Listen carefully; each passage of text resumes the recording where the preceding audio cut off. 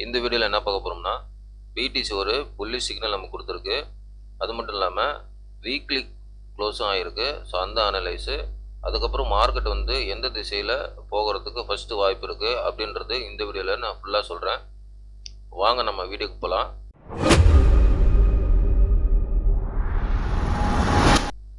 இப்போ பார்த்தீங்கன்னா பிடிசி வந்து ஒன் டே டைம் ஃப்ரேமில் வச்சுருக்கேன். ப்ரைஸ் பார்த்தீங்கன்னா 63,300 ட்ரேட் இருக்குது. இப்போ வந்து என்ன நடந்திருக்கு அப்படின்னா, ப்ரீவியஸாக வந்து நான் ஆல்ரெடி 74,000 இருக்கும்போதே மார்க்கெட்டை சொன்னேன். பிடிசி மார்க்கெட்டு 63 வரையும் போகும் அப்படின்னு சொன்னேன்.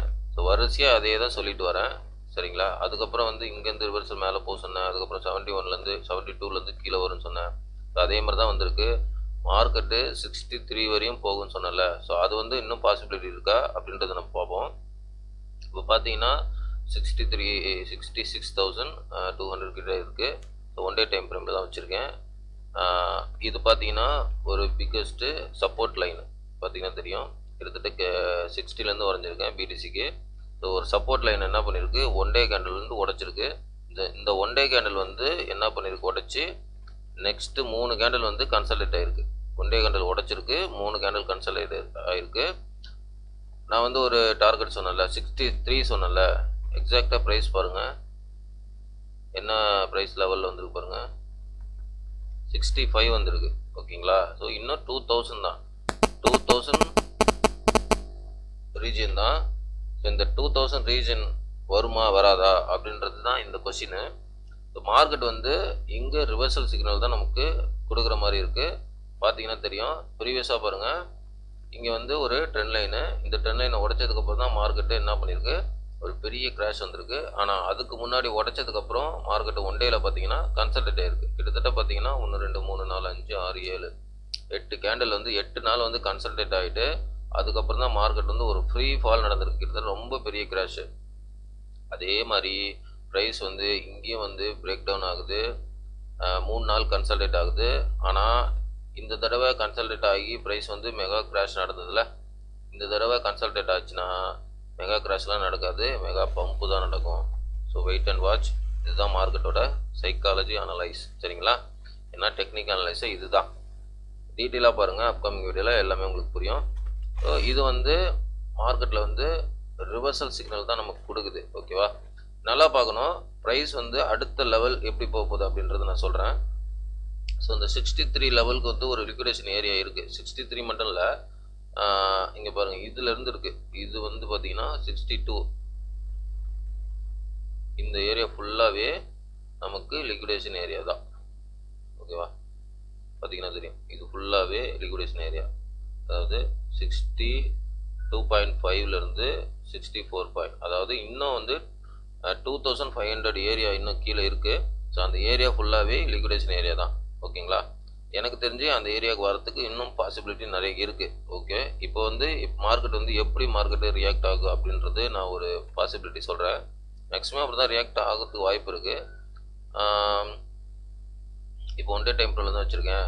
இப்போ வந்து இங்கே கன்சல்டேட் ஆகிட்டு மார்க்கெட்டு மறுபடியும் வந்து அந்த 63 62 ஏரியா அந்த மாதிரி வந்துட்டு அதுக்கப்புறம் ஒரு ரிவர்சல் கொடுத்தா அது வந்து ஒரு ஒரிஜினல் பம்பாக இருக்கும். ஸோ அந்த பம்ப் பார்த்தீங்கன்னா ஒரு ஸ்ட்ரெயிட்டாக ஒரு 85 86 வரையும் போகிறதுக்கு நிறைய சான்ஸ் இருக்குது. ஓகேங்களா? இது நடக்கிறதுக்கு மார்க்கெட்டில் நிறைய சான்ஸ் இருக்குது. பிகாஸ் வந்து மார்க்கெட்டோட சைக்காலஜி அனலைஸ் நான் சொல்கிறேன். இப்போ வந்து பார்த்தீங்கன்னா ஒரு பெரிய ட்ரெண்ட் லைன் க்ளோஸ் ஆகிருக்கு, இங்கேயும் வந்து ஒரு பெரிய ட்ரெண்ட் லைன் க்ளோஸ் ஆகிருக்கு. ஆனால் இங்கே வந்து ஒரு பெரிய பியரிஷ், ஆனால் இந்த இடத்துல ஒரு பெரிய பியரிஷ் நடக்காது. என்னுடைய கணிப்பு ஒரு 63 வரையும் போயிட்டு மார்க்கெட்டு மேலே வந்துடும், சரிங்களா? இதுதான் வந்து என்னுடைய கணிப்பு. இது நடக்கிறதுக்கு மார்க்கெட்டில் அதிகமாக இருக்குது, வாய்ப்பு இருக்குது. ஓகேவா? 63 வந்து லிக்விடேஷன் இருக்குது. ஒன்று மார்க்கெட்டு இங்கே கன்சல்டேட் ஆகும், உடனேலாம் பம்ப் ஆகிறதுக்கு வாய்ப்பு இல்லை.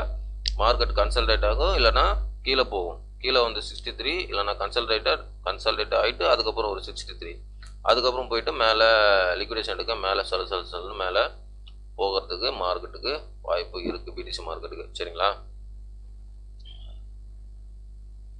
ஸோ இப்போ புரியுதுங்களா உங்களுக்கு? பிடிசி வந்து இந்த இடத்துல நம்ம லாங்காக ஷார்ட்டாக அப்படின்றது முடிவு பண்ணுறது மார்க்கெட் மேக்கர் ஸ்கேலில் தான் இருக்குது. இங்கே வந்து உளவியல் கரெக்டாக ஒர்க் ஆகும்.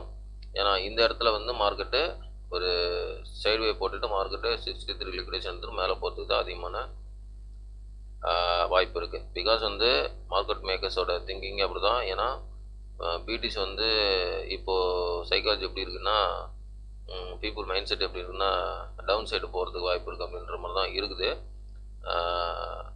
ஆனாலும் இது வந்து லோக்கல் பாட்டமா அப்படின்றது லோக்கல் பாட்டம் தான். ஆனால் சைக்கிள் பாட்டமாக எனக்கு தெரியல. இன்னும் கொஞ்சம் மார்க்கெட்டு மூவ் ஆகணும். சரிங்களா, மார்க்கெட் வந்து இன்னும் நல்லா மூவ் ஆகணும். மூவ் ஆனால் தான் நம்ம அந்த சைக்கிள் பாட்டமாக இல்லை லோக்கல் பாட்டமான்னு தெரியும். ஆனால் இப்போதைக்கு வந்து எனக்கு இது லோக்கல் பாட்டமாக இருக்குது. அனதர் லோ வர்றதுக்கு வாய்ப்பு இல்லை. பிடிசி 63 மட்டும் வந்துட்டு ஸ்ட்ரைட்டாக போயிட்டு மேக்ஸிமம் வந்து 89,000 வரையும் போகிறதுக்கு வாய்ப்பு இருக்குது பிடிசி மேக்ஸிமம். சரிங்களா, அதுக்குள்ளே ஏதாவது ரிவர்சல் வந்தால் மட்டும்தான் அகைன் கீழே வந்து அனதர் லோ போகும். அது வரலன்னா அதுக்கப்புறம் மேலே போயிடும், பார்க்கலாம். பட் இப்போதைக்கு 63 வரையும் போகிறதுக்கு தான் வாய்ப்பு இருக்குது.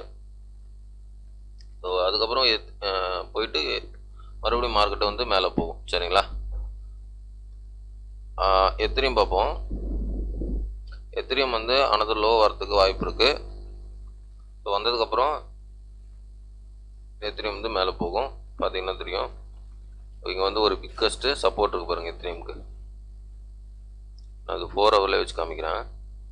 4 ஹவரில் பார்த்தீங்கன்னா உங்களுக்கு தெரியும். இங்கே பாருங்கள், 4 ஹவரில் எக்ஸாக்டாக வந்து என்ன பண்ணியிருக்கு ப்ரைஸு, ஒரு டிமாண்ட் ஜோன் சொல்லுவோம், இல்லைன்னா சப்போர்ட்டு. ஆக்சுவலாக டிமாண்ட் ஜோன் அப்படின்றது ட்ரேடிங் வேர்டு. நான் இந்த இடத்துல டிமாண்ட் ஜோன்லாம் யூஸ் பண்ண மாட்டேன். இது வந்து சப்போர்ட்டு. இந்த சப்போர்ட்டுக்கு ப்ரைஸ் வந்து இந்த சப்போர்ட்டு கீழே என்ன ஆகுதுன்னா, நல்லா உனக்கு ஜூம் பண்ணி காமிக்கிறேன். இந்த சப்போர்ட்டு கீழே வந்து லிக்விடேஷன் இருக்கும். அதனால் எத்திரியம் மட்டும் அனதர் லோ வரத்துக்கு வாய்ப்பு இருக்குங்க. சரிங்களா, எத்திரியம் மட்டும் அனதர் லோ வரத்துக்கு வாய்ப்பு இருக்குது. வந்துட்டு லிக்விடேஷன் எடுத்துகிட்டு அதுக்கப்புறம் தான் பம்ப் ஆகும். ஆனால் பிடிசி பார்த்தீங்கன்னா அனதர் லோ வரல. அந்த 63, 62 வரையும் வரலாம். 60க்கு கீழே வரதுக்கு பிடிசிக்கு வாய்ப்பு இல்லை. அப்படி தான் எனக்கு வந்து தோணுது. இதுதான் வந்து கண்டினியூவாக சொல்லியிருக்கேன். மார்க்கெட் வந்து அதே மாதிரி தான் ரியாக்ட் ஆகிட்டுருக்கு. சரிங்களா, ஸோ இது வந்து இன்றைக்கான வீடியோ வந்து வீக்லி க்ளோஸில் வச்சுருக்கேன்ல. இந்த வீக்லி க்ளோஸில் பார்த்தீங்கன்னா உங்களுக்கு பக்காவாக பேரிஸில் தான் க்ளோஸ் ஆகிருக்கு. நெக்ஸ்ட்டு வந்து இப்போது ஸ்டார்ட் ஆகிருக்கு. நெக்ஸ்ட்டு 2 வாரம் வந்து பேரிஸில் தான் க்ளோஸ் ஆகிருக்கு. இந்த வாரம் வந்து நமக்கு பேரிஷோ இல்லைன்னா புல்லிஷோ ஏதாவது 2 வரும். இந்த வாரம் வந்து புல்லிஷில் க்ளோஸ் ஆனாலும் ப்ளஸ் தான், இந்த வாரம் பேரிஸில் க்ளோஸ் ஆனாலும் ப்ளஸ் தான். சரிங்களா, 2 எப்படி நடந்தாலும் மார்க்கெட்டு இந்த வாரம் புல்லிஷில் க்ளோஸ் ஆனால் நெக்ஸ்ட் வாரத்துலேருந்து புல்லிஷ் மேலே போயிடும். இந்த வாரத்தில் பேரிஷ் க்ளோஸ் ஆனால் நெக்ஸ்ட் வாரத்துலேருந்து புல்லிஷாக மாறி மார்க்கெட் மேலே போகும். ஸோ இது வந்து என்னுடைய கணிப்பு, மார்க்கெட்டோட டெக்னிக்கல் அனலைஸ் இப்படி தான் இருக்குது. சரிங்களா, அதே மாதிரி எத்திரியம் வந்து அனதர் லோ போகும். ஓகேவா, ஸோ இந்த வீடியோவில் நீங்கள் தெரிஞ்சுக்கிட்டது என்னென்னா, நான் லாஸ்ட்டு ஒரு 15 நாள் 20 நாளில் வீடியோ வந்து கண்டினியூஸாக வந்து அந்த மார்க்கெட்டோட ஸ்ட்ரக்சர் பேஸ் பண்ணி லிக்விடேஷன் பேஸ் பண்ணி தான் சொல்லிகிட்ருக்கேன். ஸோ இதில் வந்து நீங்கள் ஒன்று புரிஞ்சுக்கலாம், என்னென்னா லிக்விடேஷன் பேஸ் பண்ணி தான் மார்க்கெட் ரன் ஆகுது அப்படின்றது புரிஞ்சுக்கலாம். இதில் வந்து நியூஸ் உள்ளே வரல, அப்புறம் வந்து இன்ஃப்ளூயன்சர் சொல்கிறது உள்ளே வரல, ஃபினான்ஷியல் அட்வைசர் சொல்லுவது உள்ளே வரல. ஏன்னா மார்க்கெட் வந்து எப்படி ரன் ஆகுதுன்னா, என்னை பொறுத்தவரையும் அப்புறம் வார் சொல்கிறது, வார் நியூஸு, அது வந்து மார்க்கெட்டு இம்பேக்டு ஆகலை. பிகாஸ் வந்து எப்படின்னா, வார் நியூஸ்லாம் எப்படி மார்க்கெட் இம்பேக்ட் ஆகும்னா, அங்கே லிக்விடேஷன் இருந்தால் மட்டும்தான் மார்க்கெட் ரியாக்ட் ஆகும். இப்போ மார்க்கெட் வந்து வார் வருது, அப்போ கீழே வரும் அப்படின்னா கீழே லிக்விடேஷன் இருக்கணும். ஸோ ஸ்ட்ராங் லிக்விடேஷன் இருக்கணும். எமோஷனல் பீப்புள் எமோஷன் வந்து அதுக்கேற்ற மாதிரி இருக்கணும். அப்போ தான் வந்து மார்க்கெட் வந்து கீழே வரும். இல்லைனா வந்து மார்க்கெட் வாருக்கெலாம் ரியாக்ட் ஆகாது. ஓகேங்களா, ஸோ இந்த விஷயம் உங்களுக்கு புரிஞ்சிருக்குன்னு நம்புகிறேன். ஏன்னா வந்து இதில் வந்து சப்கான்ஷியஸ் மைண்ட் ஃபுல்லாகவே ஒர்க் ஆகும், சைக்காலஜி ஃபுல்லாக ஒர்க் ஆகும். அதெல்லாம் வந்து பெரிய டாப்பிக்கு. அதெல்லாம் வந்து இப்போ தான் ரிசர்ச் பண்ணி ஒரு முடிவு கொண்டு வந்திருக்கிறேன். கூடிய சீக்கிரம் எல்லாமே நீங்கள் அதை பற்றிலாம் தெரிஞ்சுப்பீங்க. சரிங்களா, பெரிய டாப்பிக்கு ஒரு அவேர்னஸே வந்துடும் உங்களுக்கு. அதை நான் எடுத்தேன்னா கண்டிப்பாக நான் அப்கமிங்கில் எல்லாமே நான் உங்களுக்கு சொல்லித்தரேன். சரிங்களா, ஓகே, இந்த வீடியோ இதோட முடிச்சுக்கலாம். நெக்ஸ்ட் வீடியோவில் எத்திரியம் பிடிசி நெக்ஸ்ட்டு கரெக்டாக எக்ஸாக்ட் ரிவர்சல் எங்கேயாவது கிடச்சதுன்னா உங்களுக்கு நான் சொல்கிறேன். சரிங்களா, ஓகே, பாய் கைஸ்.